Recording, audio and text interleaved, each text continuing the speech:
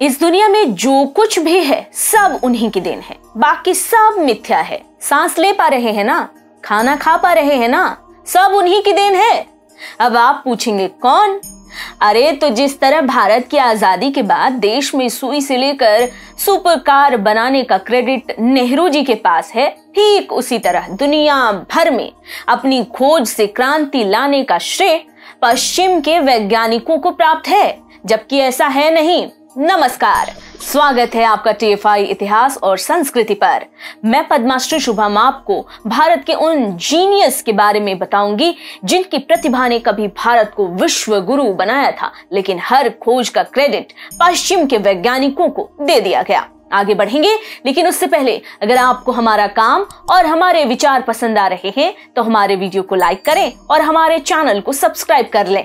Bell icon press करना ना भूलें। तो चलिए अविलंब आरंभ करते हैं। आधुनिकता और विज्ञान के बारे में जब भी बात की जाती है तो तथाकथित बुद्धिजीवी कहते हैं कि ये सब पश्चिम की देन है, परंतु इन धूर्त लोगों ने भारत के प्राचीन वैज्ञानिकों के बारे में अगर पढ़ लिया होता तो ऐसा कतई न कहते, क्योंकि पश्चिम के वैज्ञानिकों को जब ठीक से चलना भी नहीं आता था तब भारत के वैज्ञानिकों ने गणित, चिकित्सा, खगोल विज्ञान, योग इत्यादि क्षेत्रों में बहुत ही उच्च कोटि का काम कर दिया था, परंतु कम प्रचार प्रसार के कारण उन्हें तब उतनी प्रसिद्धि नहीं मिली जितनी मिलनी चाहिए थी। हालांकि बाद में इन भारतीय वैज्ञानिकों के बारे में जब पश्चिम के लोगों ने अध्ययन किया तो इनकी बात का लोहा माना। आज हम भारत के कुछ ऐसे वैज्ञानिकों के बारे में बात करने जा रहे हैं जिन्होंने पूरे विश्व को कई बड़े सिद्धांत और ज्ञान देकर मानव विकास के क्रम में अपना महत्वपूर्ण योगदान दिया है। भारत के प्राचीन वैज्ञानिकों की इस लिस्ट में सबसे पहला नाम है बौधायन का।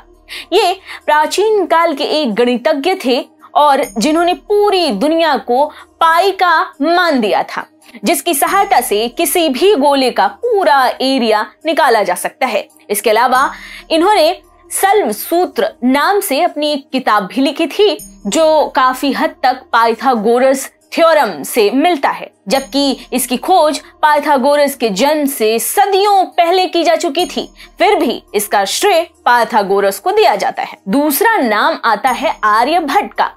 इनका नाम तो आपने सुना ही होगा, परंतु आपने सिर्फ शून्य की खोज के लिए सुना होगा, लेकिन ऐसा नहीं है। आपको बता दें कि आर्यभट्ट ने सिर्फ शून्य की ही खोज नहीं की थी, बल्कि इसके साथ साथ 30 वर्ष की आयु में इन्होंने आर्यभट्टीय नाम की एक पुस्तक की रचना भी की, जिसमें गणित से लेकर खगोल शास्त्र के बारे में विस्तार से लिखा गया है। इसके अलावा पृथ्वी और अन्य ग्रहों के बारे में भी आर्यभट्ट ने पश्चिम के वैज्ञानिक गैलीलियो से बहुत पहले ही बताया था कि पृथ्वी एक जगह पर स्थिर नहीं है, बल्कि अपने ध्रुव पर घूमती रहती है और सूर्य का चक्कर लगाती है। आर्यभट्ट के बाद गणित के क्षेत्र में आगमन होता है ब्रह्मगुप्त का। उन्होंने गुणा करने की पद्धति, जिसे अंग्रेजी में मल्टीप्लाई कहते हैं, उसके बारे में 7वीं शताब्दी में ही बता दिया था। इसके अलावा ब्रह्मस्पुत सिद्धांत नाम से एक किताब भी लिखी थी, जिसमें खगोल शास्त्र में उपयोग किए जाने वाले यंत्रों के बारे में बताया गया। गणितज्ञों की इस अगली सूची में अगला नाम है भास्कराचार्य का। ये ब्रह्मगुप्त से 500 वर्ष बाद 12वीं शताब्दी में पैदा हुए थे और इनका जन्म कर्नाटक के बीजापुर में हुआ था। अपने समय के ये बहुत बड़े गणितज्ञ हुआ करते थे। इन्होंने सिद्धांत शिरोमणि नाम की एक पुस्तक की रचना की थी, जिसे 4 भागों में विभाजित किया गया है: लीलावती, गोलाध्याय, बीजगणित और ग्रह गणित।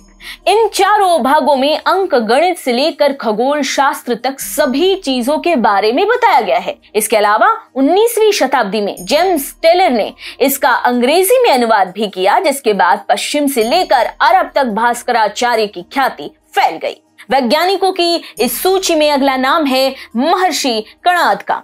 ये 6ठी शताब्दी ईसा पूर्व के स्कूल ऑफ फिलॉसफी से संबंध रखने वाले वैज्ञानिक थे और इनका असल नाम औलुक्य हुआ करता था, परंतु बचपन से ही इन्हें छोटे छोटे कणों में रुचि थी, इसलिए इन्हें कणाद के नाम से जाना जाने लगा। महर्षि कणाद की उपलब्धि की बात की जाए तो इन्होंने डाल्टन की एटॉमिक थ्योरी से बहुत पहले एक एटॉमिक थ्योरी दी थी जिसमें एटम यानी अणु के बारे में बताया गया था। अब आते हैं वराहमिहिर पर। आसान भाषा में कहा जाए तो ये एक ऑलराउंडर थे क्योंकि इन्होंने भूगर्भ विज्ञान, पारिस्थितिकी तंत्र यानी इकोलॉजी और ज्योतिष विज्ञान के बारे में अपने समय में बहुत अच्छा काम किया। पारिस्थितिकी तंत्र में खोज करने के दौरान इन्होंने 6 जानवरों और 30 ऐसे पौधों के बारे में बताया था जिसके द्वारा धरती के नीचे के जल स्तर का पता लगाया जा सकता है। इसके अलावा वराहमिहिर ने बृहद संहिता किताब की रचना भी की थी जिसमें इन्होंने भूकंप के बारे में पता लगाने वाली चीजों के बारे में लिखा है। इसके बाद आते हैं नागार्जुन। इन्होंने रसायन शास्त्र में बड़े ही क्रांतिकारी काम किए हैं, जैसे कि इन्होंने किसी भी धातु को सोने में बदलने की तकनीक विकसित करने पर काम किया था। हालांकि ये उसमें पूर्ण रूप से सफल नहीं हो सके, लेकिन आज हम बाजार में जिस किसी भी धातु के ऊपर सोने की परत चढ़े हुए आभूषण देखते हैं वो इसी का परिणाम है। इस प्रक्रिया को अंग्रेजी में अल्केमी के नाम से जाना जाता है। इसके अलावा इन्होंने रस रत्नाकर नामक एक किताब भी लिखी है जिसमें सोने, टिन और तांबे जैसी धातुओं के बारे में विस्तार से बताया गया है। जब हम मेडिकल साइंस की बात करते हैं तो इस क्षेत्र में महर्षि चरक का नाम सबसे पहले आता है। इनके बारे में बात की जाए तो ये अपने समय के जाने माने आयुर्वेदाचार्य हुआ करते थे और कनिष्क के राज्य वैद्य हुआ करते थे। इन्होंने चरक संहिता की रचना की थी जिसमें आयुर्वेद के बारे में लिखा गया है। चिकित्सा के क्षेत्र में दूसरा नाम आता है सुश्रुत का।